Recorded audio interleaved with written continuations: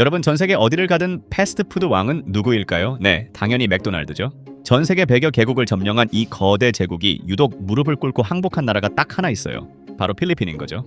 자본력이나 마케팅에서 맥도날드가 밀릴 게 전혀 없거든요. 그런데 듣도 보도 못한 빨간 벌 마스코트 하나가 나타나더니 맥도날드 점유율을 압도하며 시장 1위 자리를 뺏어버린 거예요. 심지어 이제는 한국의 국민 커피 브랜드들까지 사들이며 한국 시장을 공략하고 있다라고 하는데, 아이스크림 팔던 화교 청년은 어떻게 세계 18위 외식 제국을 건설한 걸까요? 오늘 졸리비를 파헤쳐봐요. 시작은 1975년 필리핀의 무더운 여름 오후였어요. 캐손시티 거리에는 마라비아노 시장의 북적거림이 가득했고 공기마저 끈적이는 날씨였죠. 중국 푸젠성에서 국공내전의 포화를 피해 건너온 화교 2세 톤이 탄 각총은 가족의 전 재산을 털어 큐바오와 키아포 지역에 매그놀리아 아이스크림 가맹점 2곳을 열어요. 당시 필리핀은 정치적으로나 경제적으로 정말 불안정한 시기였어요. 화교들은 외래자라는 낙인이 찍혀 차별을 받으며 사업을 이어가야 했고 금융권의 대출 문턱은 너무나 높았죠. 산토토마스 대학에서 화공학을 전공한 엘리트였지만 가족 생계를 위해 매일 얼음을 만지며 땀을 흘려야 했던 거예요. 단순히 디저트를 파는 게 아니라 생존을 건 사투를 벌이고 있었던 거죠. 주변에선 아이스크림이나 팔아서 언제 집안을 일으키겠냐는 우려 섞인 시선이 가득했지만 그는 묵묵히 버텼어요. 하지만 평화로운 아이스크림 가게 운영 뒤에는 시장의 한계라는 거대한 벽이 도사리고 있었던 거죠. 그는 매일 거리를 누비며 언젠가 다가올 기회를 엿보며 자신만의 기술을 연마하고 있었던 거예요. 평화롭던 아이스크림 가게에 어느 날 변화의 바람이 불기 시작해요. 가게를 찾던 손님들이 아이스크림만으로는 배가 차지 않는다며 햄버거나 샌드위치 같은 따뜻한 식사 메뉴를 만들어 달라고 지속적으로 요청하기 시작한 거죠. 이게 바로 훗날 졸리비를 만든 결정적인 노다지가 된 거예요. 토니 회장은 손님들의 니즈를 파악하고 주방에서 즉석 버거를 굽기 시작했는데, 이게 입소문을 타면서 아이스크림보다 버거 매출이 더 높아지는 기현상이 벌어져요. 가게는 순식간에 즉석 버거 맛집으로 변모하게 된 거죠. 물론 가족 내부에서는 걱정의 목소리도 컸어요. 소규모이지만 안정적인 아이스크림 영업을 유지하는 게 낫지 않겠냐는 신중론이 있었거든요. 하지만 토니 회장은 손님들의 진짜 원하는 것은 단순한 디저트가 아니라 든든한 한 끼 식사라는 패턴을 정확히 읽어낸 거예요. 자본도 기술도 부족한 상태에서 그는 인생을 건 메뉴 전환이라는 파격적인 빌드업을 선택하게 된 거죠. 하지만 토니 회장은 손님들이 진짜 원하는 것은 단순한 디저트가 아니라 든든한 한 끼 식사라는 패턴을 정확히 읽어낸 거예요. 손님들의 요청 하나하나가 모여 거대 제국의 설계도가 그려지기 시작한 시점이었어요. 1978년 토니 회장은 독자 브랜드인 졸리비를 공식 출범시키고 맥도날드와 정면 승부를 벌여요. 필리핀은 전 세계에서 맥도날드가 시장 점유율 1위를 차지하지 못한 몇 안 되는 국가 중 하나인 거죠. 그 비결은 철저한 현지화 메타에 있었어요. 필리핀 사람들이 환장하는 단맛과 짠맛의 조화, 그리고 밥심을 저격한 거죠. 특히 바삭한 치킨에 그레이비 소스를 찍어 밥과 함께 먹는 치킨 조이 메뉴는 필리핀 사람들의 영혼을 흔들어 놓았어요. 맥도날드가 미국식 표준이라는 0티어 버프를 두르고 우리는 세계 공통인이 너희가 맞춰라고 고집할 때, 졸리비는 설탕과 바나나 케첩을 넣은 달콤한 졸리 스파게티로 현지인들의 입맛을 훔친 거예요.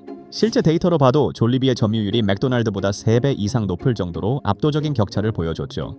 맥도날드가 부랴부랴 1986년에 맥스파게티를 내놓고 1987년에 치킨 라이스를 도입하며 현지화 패치를 진행했지만 이미 졸리비가 시장의 왕좌를 차지한 뒤였던 거예요. 거대 공룡이 유일하게 점유율 싸움에서 무릎을 꿇게 만든 비결은 결국 유저들의 취향을 완벽하게 분석한 커스텀 전략이었던 거죠. 브랜드가 막 성장하던 시기에 토니 회장의 경영 철학을 보여주는 상징적인 일화가 전해져요.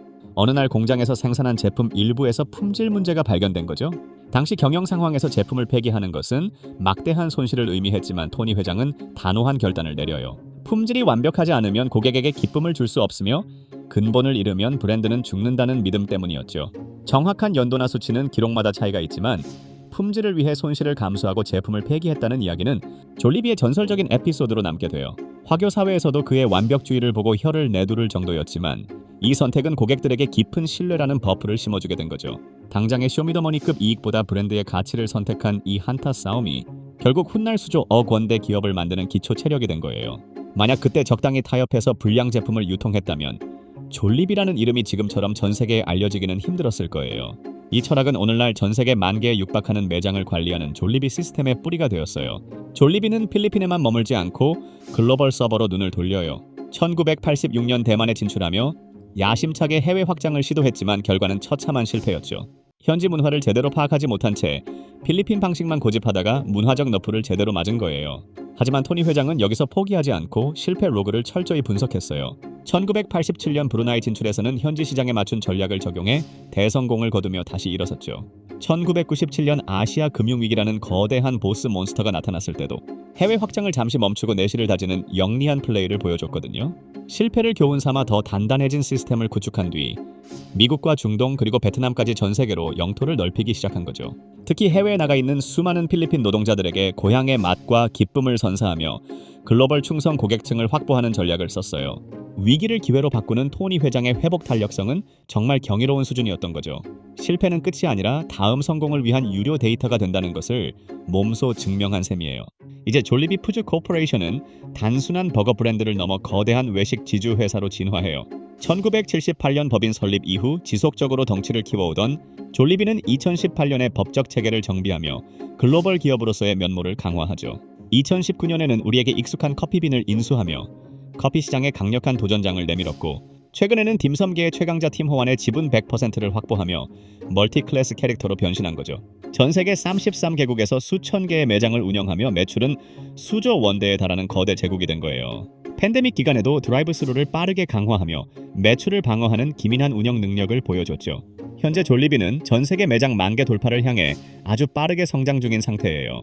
가난한 화교 소년이 꿈꿨던 작은 가게가 이제는 전 세계인의 입맛을 사로잡고 거대 자본을 굴리는 글로벌 패권자가 된 현실이 정말 대단하지 않나요?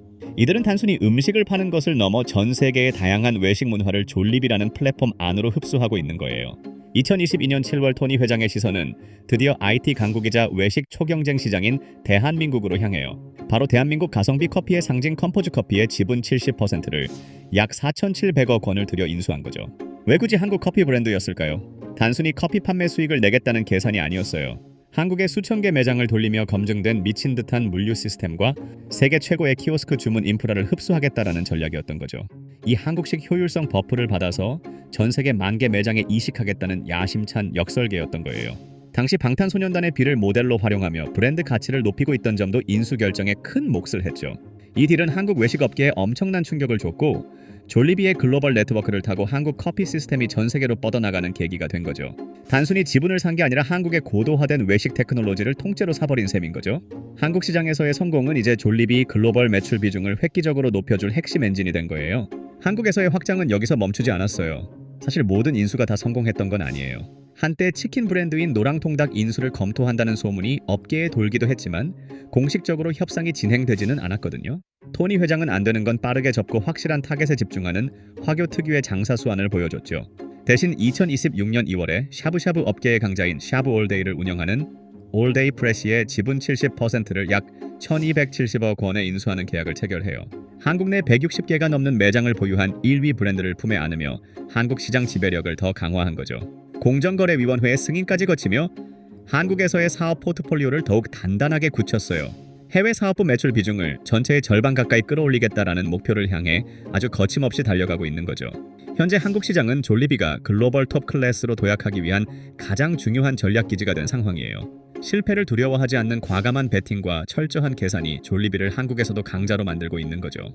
2026년 브랜드 파이낸스 보고서에 따르면 졸리비는 브랜드 가치 기준 세계 18위 레스토랑 브랜드로 선정되었어요. 시가총액이 약 4조 원에서 5조 원대에 달하는 거대 기업으로 성장한 거죠. 작은 아이스크림 가게에서 시작해 세계를 호령하는 제국이 된 비결은 결국 손님들의 작은 목소리에 귀를 기울이고 품질이라는 근본을 지키는 힘이었던 거죠. 남들이 정해놓은 표준에 매몰되지 않고 자신만의 맛과 시스템을 구축한 토니 회장의 여정은 우리에게 많은 걸 시사해요. 이야기를 통해 느껴지는 교훈은 작은 고객의 목소리와 품질을 우선하는 근본을 지키는 것의 중요성이에요. 여러분은 오늘 여러분만의 근본을 챙기고 있나요? 혹시 여러분 곁에도 졸리비 같은 역전의 기회가 숨어 있지는 않을까요? 오늘 준비한 내용은 여기까지예요. 지식이 돈이 되는 시간 지픽이었어요.